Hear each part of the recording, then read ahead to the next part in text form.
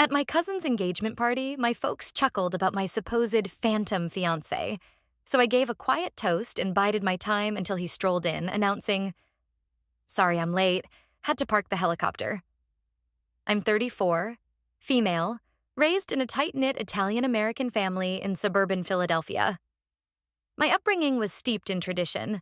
Go to college, ideally Villanova or Penn, become a doctor, lawyer, or accountant, marry young, have a couple of kids, and settle within a 30-mile radius of mom and dad so they can babysit on Sundays and critique your pantry organization. I veered off that path at 21 when I chose graphic design over pre-med. That was strike one. Strike two came when I left my master's program after landing a gig with a global ad agency in London. My parents, Tony and Maria, didn't take it well. To them, freelancing meant jobless, and remote consulting sounded like lounging in sweatpants, scrolling social media. Every phone call felt like a deposition, defending my choices. But the biggest strike? Telling them I was engaged, but they couldn't meet him yet. They'd always been dubious about my dating life. I went out with people outside our community, and I didn't bring anyone home unless it was serious. When I met Luca, a pilot and aviation consultant splitting time between Denmark and Dubai, I waited nearly a year before mentioning him. When I finally did, Mom's first words were, "Why haven't we met him? Are you sure he's real?" It might have been amusing if she hadn't genuinely thought I was making him up. Fast forward to last November, my cousin Sophia, 29, was getting engaged. Her fiancé, Marco, was a Wharton-educated orthopedic surgeon, ticking every box for the ideal Italian-American son-in-law. The engagement bash was held at a sprawling venue in Cherry Hill, New Jersey, no expense spared. A 3-day extravaganza with gourmet spreads, live bands, photo booths, and even a violinist at brunch. I wasn't shocked to get an invite, but I was thrown by Mom's snarky note on it. "Hope your fiancé shows up this time." Luca and I had already planned to be in the States for the holidays. He had meetings in Manhattan, and we were visiting friends in D.C. We flew into Philly from Dubai 2 days before the party.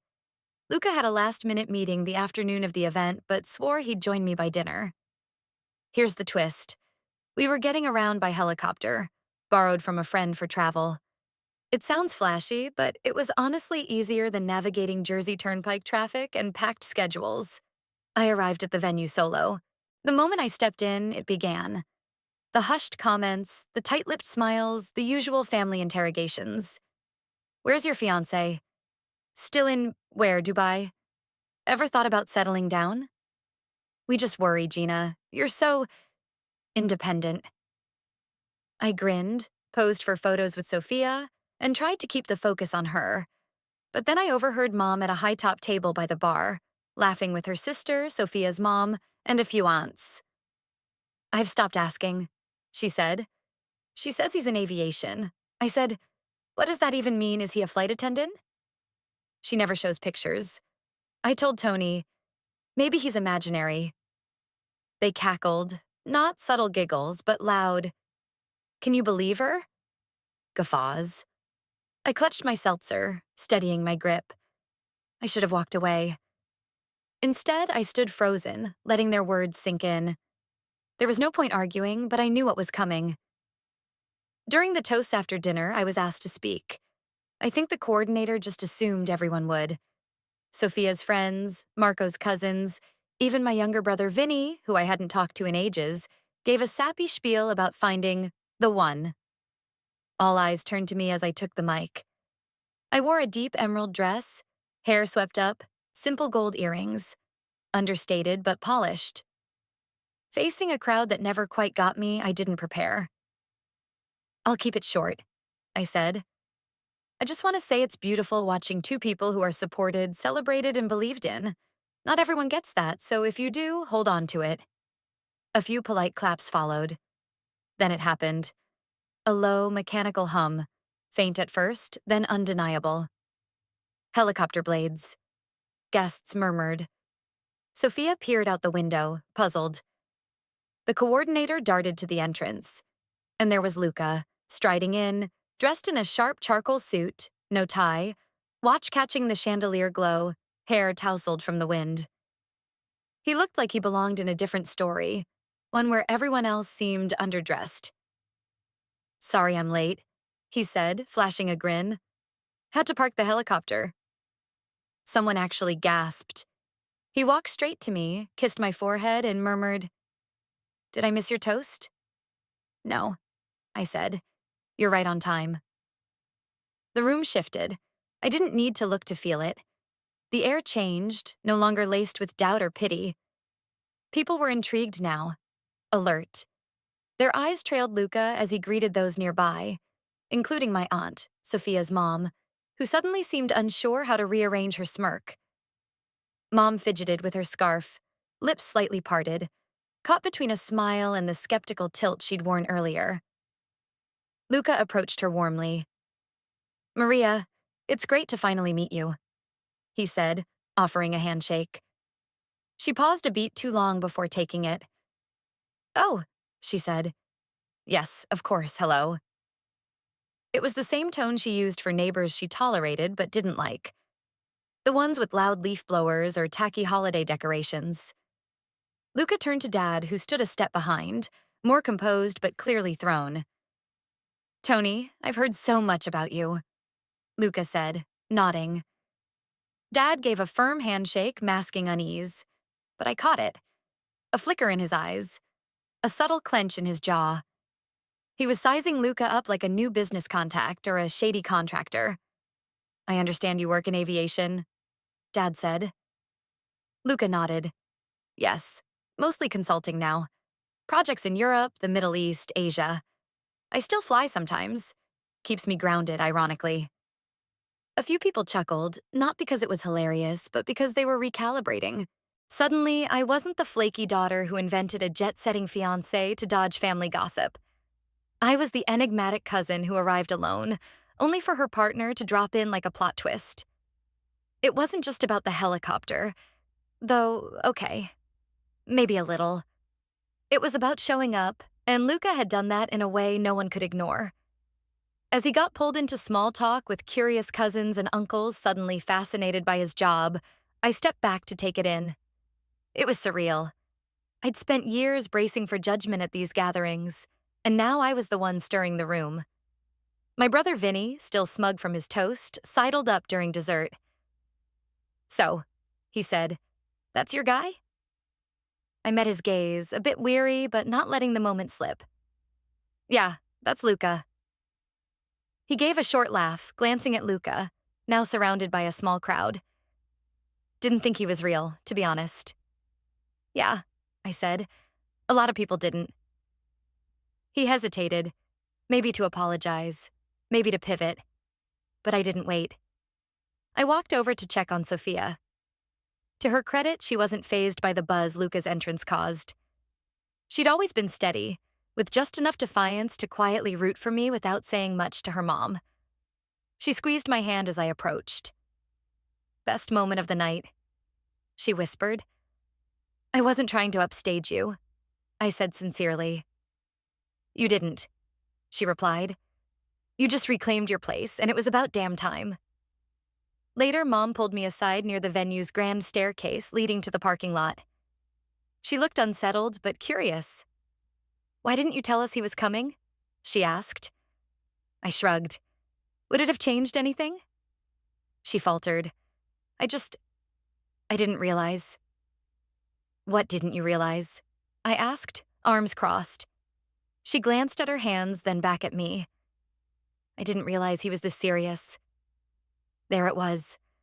The weight of every unspoken conversation, every time I'd tried to explain my life and met doubt or concern. They'd made me feel like I was failing at adulthood because I didn't follow their blueprint. But she was trying now, awkwardly, slowly. "I'm glad you came," she added after a pause. "Me too," I said. And I meant it. Not for them. For me.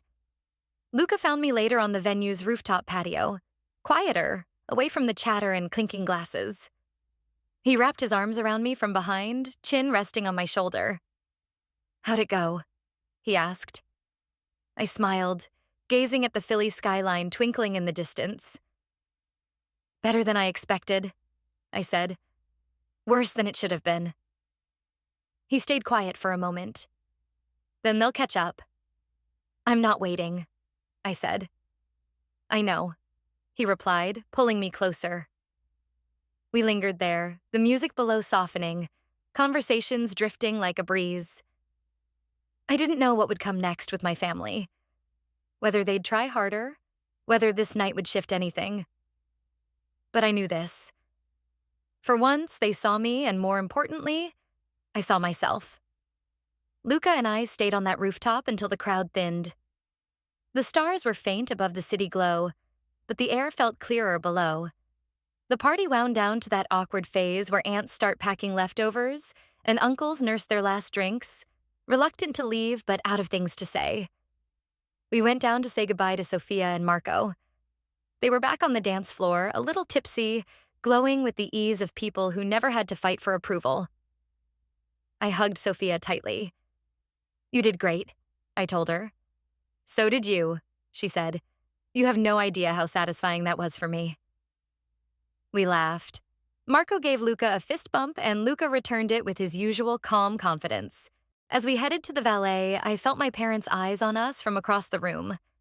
They didn't say much as we left. Dad gave a curt nod. Mom offered Luca a tight smile that almost passed for warmth. It was fine.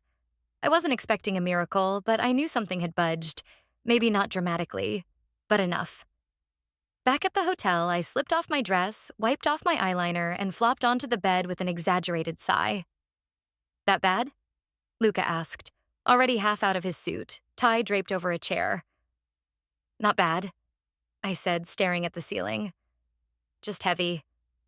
You ever walk into a room where everyone acts like you're invisible, then suddenly they're trying to memorize your LinkedIn? He laughed. Yeah, most rooms, actually. I laughed too, because that was part of why we clicked. He got things I didn't need to over-explain. Do you regret it? He asked after a beat. What, tonight? Showing up? I propped myself on my elbows. No, not for a second. Because, truth be told, despite the tension, the side eyes, the years of being misunderstood, this moment, this shift, was something I'd needed. Not to prove my life or my relationship, but to face what had loomed over me for years. Luca lay beside me, one arm behind his head. You didn't need me to prove anything, he said softly. You already did. Maybe, but it helped. The next few days were odd. No big blowout, no tearful apologies, no sudden dinner invites. But small things happened. Dad emailed me a link to a real estate article from the Wall Street Journal. Reminds me of one of your projects. Worth a read. Mom posted in the family group chat. A photo from the engagement, Luca and me near the stage, smiling. Caption, look who finally made the family album. It was the first time she'd publicly acknowledged him. My aunt, Sophia's mom, the loudest skeptic about my fake fiancé, sent me a Facebook friend request and liked a few of my old travel pics from Iceland and Portugal. Even Vinny texted, Hey, sorry if I've been a jerk. That was something. Me. Not sure if that's an apology or a TED Talk pitch. Vinny. Let's go with both. One afternoon, back in my hometown of Ardmore, I stopped by my childhood home to pick up some things Mom wanted me to have. A necklace from her jewelry box, a wool scarf that was Nonna's, a fancy Dutch oven she swore was too nice to mail. Luca waited in the car, scrolling his phone while I went in. The house hadn't changed, still smelled of espresso and basil.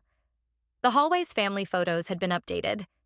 New ones of Sophia and Marco, and one recently added of me and Luca at the engagement, side by side, smiling. I paused. Did you print this? I asked as Mom walked in. She glanced at the frame, then at me. Sophia sent it, she said. I liked it. It's a good shot. It was. A long silence followed. She adjusted a picture frame that didn't need adjusting. I may have misjudged, she said finally. He seems thoughtful. I didn't know how to respond. It wasn't an apology, but it was close. I never needed you to be impressed, I said. I just needed you to stop thinking I was making it all up. For once, she didn't push back. You've always done things your way, she said. That's hard for us to get, but maybe your way isn't wrong. It was a moment, imperfect but real, a crack in the wall. I took the box, gave her a quick hug, and left before we could overcomplicate it. Back in the car, Luca glanced at me. You okay? I nodded. Yeah. He didn't press. That's another reason I love him. He knows silence can be its own kind of peace. We flew back to Dubai a few days later. The trip had worn me out in ways I didn't fully grasp until we were back. The warm air hitting my face, the buzz of Arabic and English blending around us. Dubai was loud, vibrant, unapologetic. Nothing like the cautious version of myself I slipped into around my family. Luca and I fell back into our rhythm. Late dinners on the balcony, weekends by the waterfront, flights to meetings in Doha or Milan. We were us again, but something stuck. Not resentment, not even the need for validation. It was the sense of unfinished business. My parents had taken baby steps toward accepting my life, but they'd never truly grasped what I'd built or what it took.